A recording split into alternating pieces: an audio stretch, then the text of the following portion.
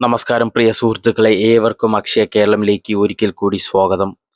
ഇന്ന് നിരവധി ആളുകളെ നേരിട്ട് ബാധിക്കുന്ന പ്രധാനപ്പെട്ട സർക്കാർ അറിയിപ്പുകളാണ് ഈ വീഡിയോയിൽ വിശദമായി പങ്കുവയ്ക്കുന്നത്.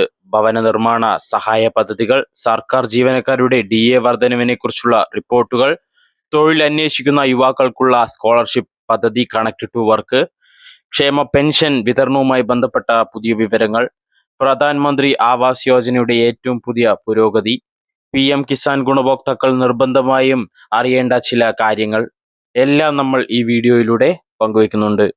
അതിനാൽ വീഡിയോ സ്കിപ്പ് ചെയ്യാതെ അവസാനം വരെ കാണുക. ചാനൽ ആദ്യമായി കാണുന്നവരാണെങ്കിൽ സബ്സ്ക്രൈബ് ചെയ്യാനും ബെല്ലൈക്കൻ എനേബിൾ ചെയ്യാനും കമന്റ് ചെയ്യാനും ഹൈപ്പ് ചെയ്യാനും ലൈക്ക് ചെയ്യാനും മറക്കരുത്. സ്വന്തമായി ഒരു വീട് എന്ന സ്വപ്നം ഇന്നും ആയിരക്കണക്കിന് കുടുംബങ്ങൾക്ക് മനസ്സിൽ ഒരു സ്വപ്നമായി തന്നെ ഇരിക്കുകയാണ്. സാമ്പത്തിക ബുദ്ധിമുട്ടുകൾ കാരണം വീടിന്റെ നിർമ്മാണം പൂർത്തിയാക്കാൻ കഴിയാത്തവരും പഴയ വീടുകൾ സുരക്ഷിതമാക്കാൻ കഴിയാത്തവരും നമ്മുടെ സമൂഹത്തിലുണ്ട്. അത്തരക്കാർക്ക് സഹായമാകുന്ന നിരവധി പദ്ധതികൾ തദ്ദേശ സ്വയംഭരണ സ്ഥാപനങ്ങൾ വഴി നടപ്പിലാക്കുന്നുണ്ട്. പഞ്ചായത്ത്, മുനിസിപ്പാലിറ്റി, കോർപ്പറേഷൻ എന്നിവയുടെ വാർഷിക പദ്ധതികൾ ഉൾപ്പെടുത്തി ഭവന നിർമ്മാണത്തിനും വീടുകളുടെ നവീകരണത്തിനുമായി വിവിധ വിഭാഗങ്ങൾക്കായി ധനസഹായങ്ങൾ അനുവദിക്കുന്ന രീതിയാണ് തുടരുന്നത്. സാമ്പത്തികമായി പിന്നോക്കം നിൽക്കുന്ന കുടുംബങ്ങൾ, ഭിന്നശേഷിക്കാർ, വിധവകൾ, വയോജനങ്ങൾ, പട്ടികജാതി പട്ടികവർഗ വിഭാഗങ്ങൾ, മത്സ്യത്തൊഴിലാളികൾ തുടങ്ങിയ വിഭാഗങ്ങൾക്ക് പ്രത്യേകം പരിഗണന ലഭിക്കാറുണ്ട്. ഒരു കുടുംബം പദ്ധതിക്ക് അർഹരാണോ എന്നത് പരിശോധിക്കുന്നത് പ്രാദേശിക സ്ഥാപനമാണ്. അപേക്ഷ സമർപ്പിച്ച ശേഷം രേഖകൾ പരിശോധിക്കുകയും ഫീൽഡ് പരിശോധന നടത്തുകയും ചെയ്യും. തുടർന്ന് അംഗീകാരം ലഭിച്ചാൽ ഘട്ടം ഘട്ടമായി ധനസഹായം അനുവദിക്കും. പുതിയ വീട് നിർമ്മിക്കുന്നതിനോടൊപ്പം പഴയ വീടുകൾ മേൽക്കൂര, അതുപോലെ ചുമർ ബലപ്പെടുത്തൽ, ശുചിമുറി നിർമ്മാണം, സുരക്ഷാ നവീകരണം തുടങ്ങിയ ആവശ്യങ്ങൾക്കും ചില പദ്ധതികൾ സഹായം ലഭിക്കാറുണ്ട്. അതുകൊണ്ട് നിങ്ങളുടെ പഞ്ചായത്ത് ഓഫീസിലോ മുനിസിപ്പാലിറ്റി ഓഫീസിലോ കോർപ്പറേഷൻ ഓഫീസിലോ നേരിട്ട് അന്വേഷിക്കുന്നത് നല്ലതാണ്. അല്ലെങ്കിൽ വാർഡ് മെമ്പറുമായും കോൺടാക്ട് ചെയ്യാം. ഇനി സർക്കാർ ജീവനക്കാരുടെയും പെൻഷൻകാരുടെയും DA വാർത്ത. ഇപ്പോൾ സർക്കാർ ജീവനക്കാരും സർവീസ് പെൻഷൻകാരും ഏറെ പ്രതീക്ഷയോടെ കാത്തിരിക്കുന്ന വിഷയം DAയും DR-ഉമാണ്. വിലക്കയറ്റം കണക്കിലെടുത്ത് കേന്ദ്ര സംസ്ഥാന സർക്കാർ ജീവനക്കാർക്ക് നൽകുന്ന അലവൻസ് ആണ് DA. സർക്കാർ സർവീസിൽ നിന്ന് വിരമിച്ചവർക്ക് ലഭിക്കുന്നതാണ് DR എന്ന സംവിധാനം. ഇപ്പോൾ വിവിധ റിപ്പോർട്ടുകൾ ഉയർന്നു വരുന്നത് കുടിശ്ശികയായ DR തുക ഉത്സവകാലത്ത് അനുവദിക്കാനുള്ള സാധ്യതയെക്കുറിച്ചാണ്. എന്നാൽ ഇവിടെ ഒരു കാര്യം പ്രത്യേകം മനസ്സിലാക്കണം. ഇത് സംബന്ധിച്ച് അന്തിമ സർക്കാർ ഉത്തരവ് പുറത്തിറങ്ങിയാൽ മാത്രം ഔദ്യോഗികമായി നമ്മൾക്ക് സ്ഥിരീകരിക്കാൻ സാധിക്കും. ഇതിപ്പോൾ പല മാധ്യമ റിപ്പോർട്ടുകളും പറയുന്ന കാര്യങ്ങളാണ് ഇവിടെ പറഞ്ഞിരിക്കുന്നത്. ഇനി തൊഴിൽ അന്വേഷിക്കുന്ന നിരവധി യുവാക്കൾക്കും യുവതികൾക്കും സഹായകരമായ പദ്ധതികളിൽ ഒന്നാണ് കണക്ട് ടു വർക്ക്. വിദ്യാഭ്യാസം പൂർത്തിയാക്കിയ ശേഷം ജോലി ലഭിക്കുന്നതുവരെ വിവിധ സ്ഥാപനങ്ങളിൽ പരിശീലനം നേടുന്നതിനും അതുപോലെ തൊഴിൽ പരിചയം നേടുന്നതിനുമായുള്ള യുവാക്കളെ പ്രോത്സാഹിപ്പിക്കുകയാണ് ഈ പദ്ധതിയുടെ ലക്ഷ്യം. യോഗ്യതയുള്ള ഉദ്യോഗാർത്ഥികൾക്ക് പ്രതിമാസ സാമ്പത്തിക സഹായം 1000 രൂപ ലഭിക്കാം.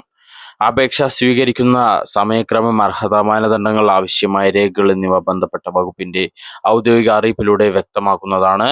അപേക്ഷകൾ ആരംഭിക്കുമ്പോൾ സമയബന്ധിതമായ അപേക്ഷ സമർപ്പിക്കുന്നത് വളരെ പ്രധാനമാണ്. ഇനി കേരളത്തിലെ ലക്ഷക്കണക്കിന് ആളുകൾ കാത്തിരിക്കുന്ന ഒരു വിഷയമാണ് ക്ഷേമ പെൻഷൻ വിതരണം. വയോജന പെൻഷൻ, വിധവാ പെൻഷൻ, വികലാംഗ പെൻഷൻ, കർഷക തൊഴിലാളി പെൻഷൻ, അവിവാഹിത പെൻഷൻ ഉൾപ്പെടെയുള്ള വിവിധ സാമൂഹ്യ സുരക്ഷാ പെൻഷനുകൾക്ക് അർഹരായവർ ഓരോ മാസവും വിതരണം സംബന്ധിച്ച അറിയിപ്പുകൾ ശ്രദ്ധിക്കാറുണ്ട്. ജൂലൈ മാസത്തെ പെൻഷൻ വിതരണം സംബന്ധിച്ച ഔദ്യോഗിക പ്രഖ്യാപനം വരാനിരിക്കുകയാണ്. ധനലഭ്യത, ട്രഷറി നടപടികൾ, ഭരണാനുമതികൾ എന്നിവ പൂർത്തിയായ ശേഷം വിതരണം നടക്കും. ഇപ്പോൾ ലഭിച്ച വിവരങ്ങൾ പ്രകാരം ജൂലൈ 25 മുതൽ വിതരണം ആരംഭിക്കും. അതിനു മുൻപ് ഇല്ലെങ്കിൽ ഈ ജൂലൈ 25-ന് വിതരണം ആരംഭിക്കുമെന്നാണ് അറിയപ്പെടുന്നത്. ഇനി പെൻഷൻ ലഭിക്കുന്നവർക്ക് ബാങ്ക് അക്കൗണ്ട് സജീവമാണോ, ആധാർ ബന്ധിപ്പിച്ചിട്ടുണ്ടോ, ആവശ്യമായ പരിശോധനകൾ പൂർത്തിയാക്കിയിട്ടുണ്ടോ എന്നതും ഉറപ്പാക്കണം. ഇപ്പോൾ പ്രധാനമന്ത്രി ആവാസ് യോജനയെക്കുറിച്ച് വിശദമായി നമുക്ക് നോക്കാം. സ്വന്തമായി സുരക്ഷിതമായ വീടില്ലാത്ത കുടുംബങ്ങൾക്ക് ഭവന സഹായം നൽകുകയാണ് ഈ പദ്ധതിയുടെ പ്രധാന ലക്ഷ്യം. ഗ്രാമീണ മേഖലയ്ക്കായി PM ആവാസ് ഗ്രാമീൺ പദ്ധതിയും നഗരപ്രദേശങ്ങൾക്കായി PM ആവാസ് അർബൻ പദ്ധതിയും നിലവിലുണ്ട്. ഗ്രാമപ്രദേശങ്ങളിൽ അർഹരായ ഗുണഭോക്താക്കളുടെ പട്ടിക തയ്യാറാക്കി പ്രാദേശിക സ്ഥാപനങ്ങളിലൂടെ പരിശോധന നടത്തും. അംഗീകാരം ലഭിക്കുന്നവർക്ക് ഘട്ടം ഘട്ടമായി ധനസഹായം അനുവദിക്കുന്ന രീതിയാണ് സാധാരണ പിന്തുടരുന്നത്. ശുചിമുറി നിർമ്മാണം, തൊഴിൽ ദിന വേതനം അതുപോലെ തുടങ്ങിയ മറ്റ് സഹായങ്ങളും ബന്ധപ്പെട്ട പദ്ധതികളുടെ വ്യവസ്ഥകൾ പ്രകാരം ലഭിക്കാം. ഇനി നഗരപ്രദേശങ്ങളിൽ അപേക്ഷിക്കുന്നവർ വരുമാന വിഭാഗം അനുസരിച്ച് പരിഗണിക്കപ്പെടുന്നത്. ഭവന വായ്പ എടുക്കുന്നവർക്ക് പലിശ ഇളവ് ലഭിക്കുന്ന വിഭാഗങ്ങളും പദ്ധതിയിൽ ഉൾപ്പെടുന്നു. അപേക്ഷിക്കുന്നതിന് മുൻപ് കുടുംബ വരുമാനം, ഭൂമിയുടെ രേഖകൾ, ആധാർ, ബാങ്ക് അക്കൗണ്ട് വിവരങ്ങൾ, താമസ സർട്ടിഫിക്കറ്റ് തുടങ്ങിയ രേഖകൾ തയ്യാറാക്കി വെക്കുന്നത് നല്ലതാണ്. PM കിസാൻ ഗുണഭോക്താക്കൾ നിർബന്ധമായും ശ്രദ്ധിക്കുക. PM കിസാൻ സമ്മാൻ നിധി പദ്ധതിയുടെ ആനുകൂല്യം തടസ്സമില്ലാതെ ലഭിക്കാൻ KYC പ്രധാനമായും നിങ്ങൾ ചെയ്യണം. 24ാം ഗഡു ലഭിക്കണമെങ്കിൽ ഇത് വളരെയധികം ഇമ്പോർട്ടൻ്റ് ആയിട്ടുള്ളൊരു കാര്യമാണ്. ആധാർ അടിസ്ഥാനമാക്കിയുള്ള തിരിച്ചറിയൽ പൂർത്തിയാക്കിയിട്ടില്ലെങ്കിൽ ഭാവിയിലെ ഗഡുക്കൾ ലഭിക്കുന്നതിൽ തടസ്സം നേരിടാൻ സാധ്യതയുണ്ട്. അക്ഷയ കേന്ദ്രങ്ങൾ, കോമൺ സർവീസ് സെന്ററുകൾ, അംഗീകൃത സേവന കേന്ദ്രങ്ങൾ എന്നിവയുടെ സഹായത്തോടെ ഇത് നിങ്ങൾക്ക് എളുപ്പത്തിൽ പൂർത്തിയാക്കാം. ഇനി രാജ്യത്തെ കാർഷിക സേവനങ്ങൾ കൂടുതൽ ഡിജിറ്റലാക്കുന്നതിനുള്ള നടപടികളുടെ ഭാഗമായി കാർഷിക രജിസ്ട്രേഷൻ ശക്തമാക്കുന്നുണ്ട്. അതായത് ഫാർമേഴ്സ് ID, കർഷകർക്ക് സബ്സിഡി, കാർഷിക പദ്ധതികൾ, വായ്പാ സേവനങ്ങൾ, മറ്റ് ആനുകൂല്യങ്ങൾ എന്നിവ കാര്യക്ഷമമായി ലഭിക്കുക എന്നതാണ് ഇതിൻ്റെ പ്രധാന ലക്ഷ്യം. കരമടിച്ച രസീത്, ആധാർ, ബാങ്കുമായി ബന്ധിപ്പിച്ച മൊബൈൽ നമ്പർ, ഭൂമിയുടെ രേഖകൾ തുടങ്ങിയവ തയ്യാറാക്കി അപേക്ഷ നൽകണം.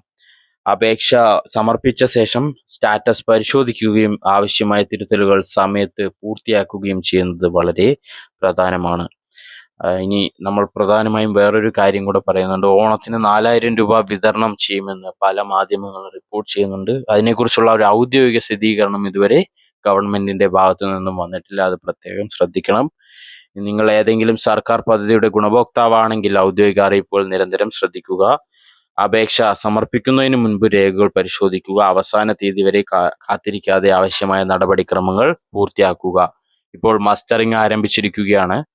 അവസാന നിമിഷം വരെ കാത്തിരിക്കരുത്. സമയബന്ധിതമായി മസ്റ്ററിംഗ് പൂർത്തിയായവർക്ക് സെപ്റ്റംബറിന് ശേഷം ഗഡു ലഭിക്കുകയുള്ളൂ. ഒരു പക്ഷേ നിങ്ങൾ സെപ്റ്റംബർ 30-നുള്ളിൽ മസ്റ്ററിംഗ് പൂർത്തിയാക്കിയില്ല എങ്കിൽ നിങ്ങളുടെ പെൻഷൻ തടസ്സപ്പെടാൻ വളരെയധികം സാധ്യതയുണ്ട്. പിന്നീട് അതിനായി വേറൊരു ദിവസം നിങ്ങൾ ഒരുപാട് ബുദ്ധിമുട്ടേണ്ടി വരും. അതുകൊണ്ടാണ് ഇപ്പോൾ തന്നെ പോയി മസ്റ്ററിംഗ് ചെയ്യണമെന്ന് അഭ്യർത്ഥിക്കുന്നത്. അവസാന ദിവസം സെപ്റ്റംബർ 30 അപ്പോൾ എല്ലാവരും അത് പ്രത്യേകം ശ്രദ്ധിക്കേണ്ട കാര്യമാണ്. മസ്റ്ററിങ്ങിൻ്റെ നിങ്ങൾക്ക് തിരക്ക് കാരണം ബുദ്ധിമുട്ട് അനുഭവപ്പെടുകയാണെങ്കിൽ അക്ഷയ കേന്ദ്രത്തിലെ കോൺടാക്ട് നമ്പർ വാങ്ങി വെക്കുക. അതുപോലെ തന്നെ നടക്കാൻ ബുദ്ധിമുട്ടുള്ള, പ്രയാസമുള്ള ഒരുപാട് ജനങ്ങളുണ്ട്. അവർക്ക് നേരിട്ട് വീട്ടിൽ വന്ന് അക്ഷയ കേന്ദ്രങ്ങൾ വഴി മസ്റ്ററിംഗ് ചെയ്യാവുന്നതാണ്. അതിനായി നിങ്ങളുടെ വാർഡ് മെമ്പറെയോ അക്ഷയ കേന്ദ്രമായോ കോൺടാക്ട് ചെയ്താൽ മതിയാവും. അതുപോലെ സാധാ നോർമൽ ഫീസ് മസ്റ്ററിംഗ് ചെയ്യുന്നതിന് 35 രൂപ വരെയാണ് വാങ്ങുന്നത്. അതുപോലെ വീട്ടിൽ വന്ന് ചെയ്യുകയാണെങ്കിൽ അവർ ഒരുപക്ഷെ യാത്രാ ചിലവോടുകൂടി ഒരു എമൗണ്ട് വാങ്ങുന്നതായിരിക്കും. അത് പ്രത്യേകം ശ്രദ്ധിക്കണം. നിങ്ങൾ മസ്റ്ററിംഗ് ചെയ്തിട്ടുണ്ടെങ്കിൽ കമൻറ്റ് ബോക്സിൽ ചെയ്തു എന്നും അത് നിങ്ങളുടെ അഭിപ്രായം, അവിടുത്തെ അവസ്ഥ എന്താണെന്നും കമൻറ്റ് ചെയ്യാൻ മറക്കരുത്. ഇങ്ങനെയുള്ള ഇൻഫോർമേറ്റീവ് വീഡിയോസിനായി ചാനൽ സബ്സ്ക്രൈബ് ചെയ്യാനും, ഹൈപ്പ് ചെയ്യാനും, ലൈക്ക് ചെയ്യാനും, കമൻറ്റ് ചെയ്യാനും മറക്കരുത്. നന്ദി, നമസ്കാരം.